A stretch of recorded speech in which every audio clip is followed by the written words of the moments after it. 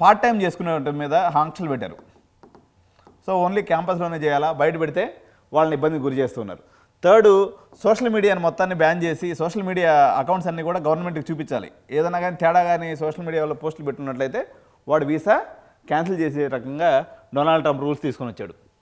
అదేవిధంగా మన విద్యార్థుల్ని అక్కడ ఎవరైతే ఓవర్ స్టే ఉన్నారో వాళ్ళందరినీ కూడా బేడీలేసి గుజరాత్కి పంపించినటువంటి పరిస్థితి. ఇదంతా ఆయన ఎందుకు చేస్తున్నాడో అంటే అక్కడ ఓన్ మ్యానుఫ్యాక్చరింగ్ పెట్టుకోవాలనేది ఆయన ఆలోచన.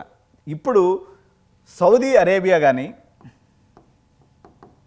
ఈ పర్టికులర్ టైంలో ఈ కఫాలా సిస్టమ్ ఎత్తేయడానికి ఓకే మన తెలుగు వాళ్ళకి, అదేవిధంగా డొనాల్డ్ ట్రంప్కి యుఎస్లో జరిగినటువంటి పరిణామాలకు కూడా కారణాలు ఉన్నాయి. యాక్చువల్గా ఇప్పుడు నేను దుబాయ్, అదేవిధంగా సౌదీ అరేబియా నేను విజిట్ చేశాను. చూసినప్పుడు అక్కడ నాకు తెలిసినటువంటి విషయం ఏంటంటే, ఇంతవరకు సౌదీ అరేబియా యొక్క ఎకానమీ అంతా కూడా ఆయిల్ బేస్డ్ ఎకానమీ.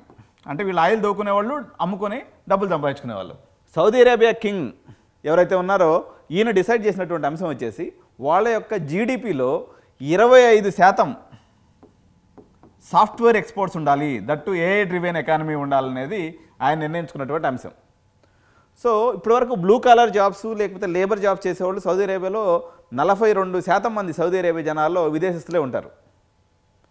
కానీ వీళ్ళందరూ కూడా బాండెడ్ లేబర్గా పనిచేయడానికి ఇష్టపడిపోయినటువంటి వాళ్ళు, చదువుకున్నటువంటి వాళ్ళు, డాక్టర్లు, లేకపోతే జర్నలిస్టులు, మీడియా వాళ్ళు, వీళ్ళు ఎవరు కూడా పెద్ద సౌదీ అరేబియాకి పోయేవాళ్ళు కాదు. ఎందుకంటే అలాంటి బాండెడ్ లేబర్ చేయడం అన్నది విఘ్నులైనటువంటి లేకపోతే ఇంటలెక్చువల్ పీపుల్ ఎవరు కూడా బాండెడ్ లేబర్కి చేయడానికి ఇష్టపడరు.